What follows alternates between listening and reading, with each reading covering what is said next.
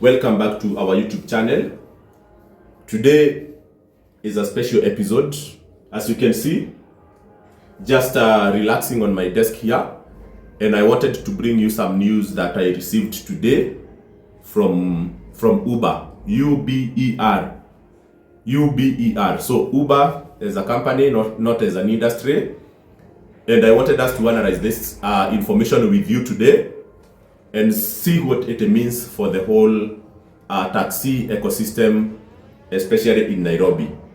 The message that I received today is that Uber is not accepting anymore motorbikes riders or motorcycle. They are motorbikes, the boda riders. As you know that the Kenyan market in the recent past has in a very big way endorsed the two-wheeler transport. That is the boda transportation. A lot of people went out there, they bought motorbikes. A lot of them are the old petrol motorbikes. But nowadays, there is a new wave of electric motorbikes that are being embraced by commercial boda guys at a very high rate. So, from those two scenarios, Uber have said that they feel like the market is oversaturated. There are too many motorbike riders than they need. And the message I got today, and I can show you if you contact me via the email that I always share, is that they are not going to accept boda riders anymore for two reasons. Because there is saturation, and they don't want the existing riders, to feel like they want to quit. They don't want the small cake that is on the table to be shared among too many people who are eating, to a point whereby nobody will feel as if they have eaten anything.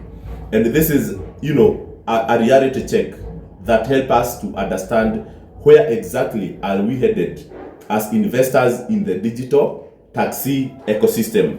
Here I have drawn a small pie chart that I will take you through, at least to give you some figures and numbers that support some of this information that we are receiving. But something else that was very critical that we received from Uber also towards the end of last year, and I know most of you are also aware of this, is that Uber is not going to accept vehicles. Not actually accept, they are going to actually remove already operational vehicles. They are going to remove them from their platform by the end of this year. Any vehicle that has an year of manufacture before 2013 and before is going to be removed. They will only move forward with vehicles of 2014 moving forward. And every year that we cross, the vehicle of 2014 will be removed. The next year, 2015 will be removed, and they embrace newer vehicles. All this is made, of course, by Uber in response to market dynamics. I don't think that Uber is pursuing a position of privilege, a position of a company that will be known for newer vehicles. I believe that they have seen the market has really been overflooded with vehicles, and this is the time now to control the number of vehicles that are there so that they can have a controlled number of drivers who are making some substantial levels of income. So, where are we coming from? This map, I got it last year from a guy who was presenting from NTSA in an event that I had attended. And the reality here is that in Kenya today, the level of motorization, so motorized transport, it comes from the word motor. So movement that is facilitated by a motor or an engine. In Kenya today, we have 4 million motorized vehicles. And when we talk about motorized vehicles, they are talking about two-wheelers, four-wheelers, three-wheelers, buses, personal vehicles, and passenger vehicles. All those ones, we have around 4 million vehicles in Kenya, everything included that has a motor. Out of the 4 million, 55% are motorbikes or are two-wheelers. You see, this is close to 2-point-something million. We are saying that we have almost 2.1 million motorbikes in Kenya. And that's why everybody, even politicians, when they are campaigning, they always want to target the boda economy, because as you can see, it is such a huge sector in the motor vehicle sector in Kenya. So people are saying, and this is the response from Uber, that these motorbikes have really penetrated the Kenya market so much. In as much as the Kenyan market is quite a big one, it's around 60 million population. I know it's 50 something million, but let us round it off to around 60 million. We are saying that yes, the motorbikes and the vehicles are not as many, because if you work with a ratio here, if you have 4 million vehicles and 60 million people, one vehicle is serving how many people? I think that is a percentage that is too low. There is still room to grow the motorization aspect in Kenya and maybe take it from 4 million up to 20 million, for example. But what we are getting from this response from Uber is that in as much as the motorization is growing, you get my point, the penetration of motorbike is going higher, but users, out of the 60 million people, they are not using it as frequent. You get my point? And here, there are two things that I want us to discuss. That if we want to bring back boda bodas into the Uber economy, there are two things that will happen.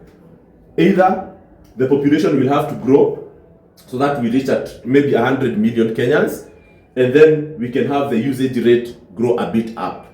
Or these taxi companies, they need to do some bit of homework, encourage more people to use boda bodas so that there is higher demand. Because I believe only 2 million boda bodas serving 60 million people, that is still a very small number of motorcycles that are out there. There is room to take them maybe up to 15 million. But it seems that there is not much demand for their service because 2 million is seen to be excess. The second thing that will happen here is that if the boda boda guys will have to come back, there must be replacement of petrol taxis or petrol vehicles. You get my point? Because we are saying that the movement from climate advocate groups is saying that these fossil fueled vehicles, they are polluting the environment. So there is a very big push to embrace electric motorcycles, which is a good thing. But these electric motorcycles that are penetrating into the market, they are going to add into the pressure of the already overpopulated. I'm saying overpopulated because they are not as many as they should be, but the small number of motorcycles that are there is too much for the population because there is no demand. So in as much as we push for embracement of the electric vehicles, we also make sure that we are removing from the market the old internal combustion vehicles, so that there is like a cancellation, so that we don't have an increasing number of motorcycles that are too much for the market that is not very demanding of its service. So that's why I did say here that yes, we want vehicles to grow, but their demand is not as much. So we need to make sure that when we push for people to embrace cleaner mode of transportation, we must discourage further infiltration of internal combustion vehicles, be it buses, be it motorbikes, be it anything else, so that we maintain that healthy balance for business. And I just wanted also to mention about the passenger vehicles. Okay, so you can Google for yourself and see what passenger vehicle stands for. So these are vehicles that are used to transport people for public means. They occupy over 30% of the remaining pie. We have seen that 55% is gone with motorbikes, 30% is gone now with taxis, with matatus and buses. All these, they will occupy 30% of that share. And that's why we are also getting that Uber, they are thinking of removing these vehicles from this category, because they have seen also there are so many vehicles there, but the demand is not as much. So they are removing them so that they can bring in, actually the idea is not even to bring in newer vehicles, it's simply to control the number of vehicles that are out there. So what is left for us as investors in this market? From this information that we are getting, it is clear that the market is right now is flooded. You check on my YouTube channel, the last 10 videos that I have done, not many drivers have a positive outlook. In as much as some days could be good, others could be bad, but there is a general feeling that the business has gone down.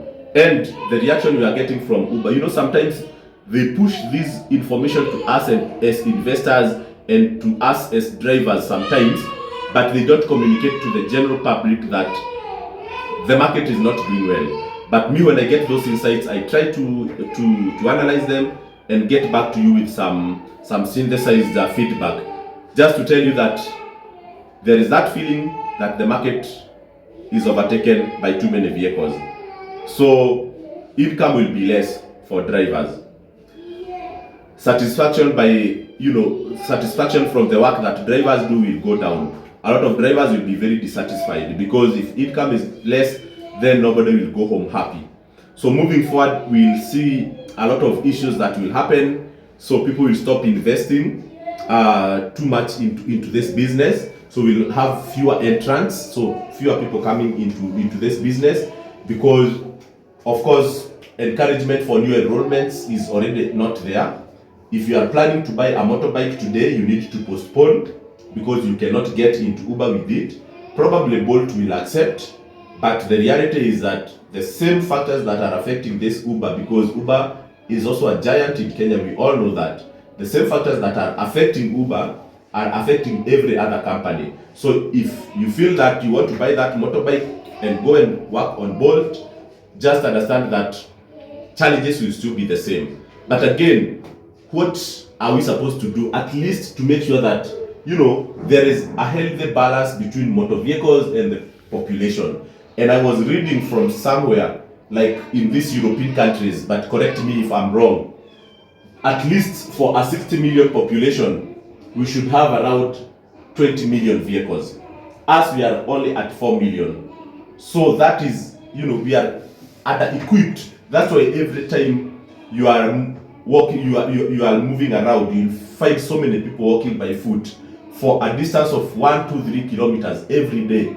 Instead of using motorized mode of transport, people choose to walk, in as much as it is healthy, but at the same time is a huge waste of time, a huge waste of productivity, because by the time you get to your workplace, probably you are tired, you are feeling some fatigue, and maybe you get my point. When you move around through easier means, you become more productive and you save more time. So what I'm saying is that for the level of endorsement by users, the 4 million is already too much, but the market potential is limitless. I remember there is a video I did some years, I think a year or two back, and I said that in Kenya we need to almost triple the number of Uber vehicles we have.